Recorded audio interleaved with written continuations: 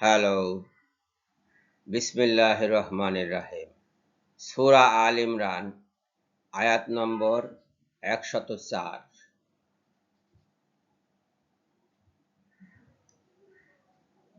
ওয়াল তাকুম মিনকুম উম্মাতুন ইয়াদউনা ইলাল খাইরি ওয়া ইয়ামুরুনা বিল মারুফি ওয়া ইয়ানহাউনা আনিল মুনকারি ওয়া উলাইকা হুমুল মুফলিহুন। আর তোমাদের মধ্যে এমন একটি দল থাকা উচিত যারা আহ্বান জানাবে সৎকর্মের প্রতি, নির্দেশ দেবে ভালো কাজের এবং বারণ করবে অন্যায় কাজ থেকে। তারাই হলো সফল কাম। এই সূরা আল ইমরানের ১০৪ নম্বর আয়াতে কাদের কথা বলা হয়েছে? আমার মনে হয় আলেমদের কথা বলা হয়েছে, যারা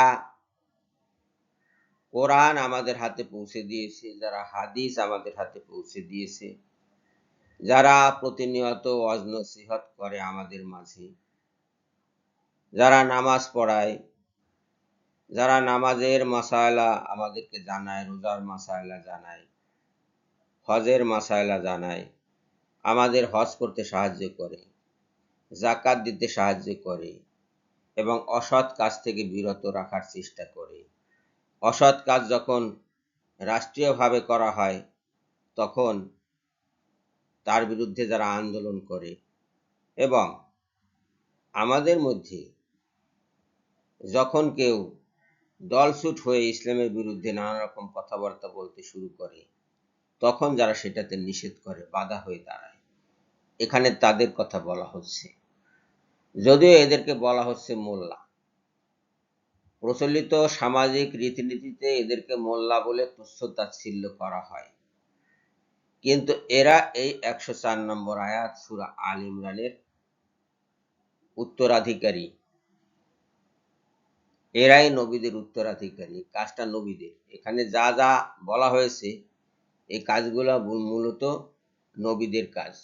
নবীদের কাজ যারা উত্তরাধিকারী সূত্রে প্রাপ্ত হয়েছে তারা এই কথাগুলো বলে বেড়াচ্ছে, এই কাজগুলো করে বেড়াচ্ছে, আর আমরা তাদেরকে তুচ্ছ-তাচ্ছিল্য করতে থাকছি।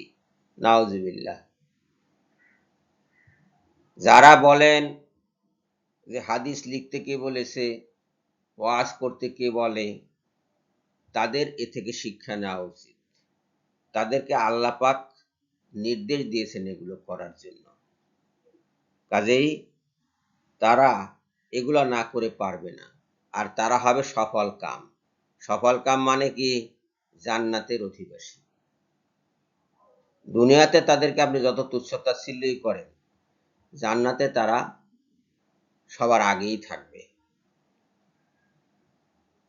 সবাইকে ধন্যবাদ জানিয়ে এখনকার মতো বিদায় নিচ্ছি।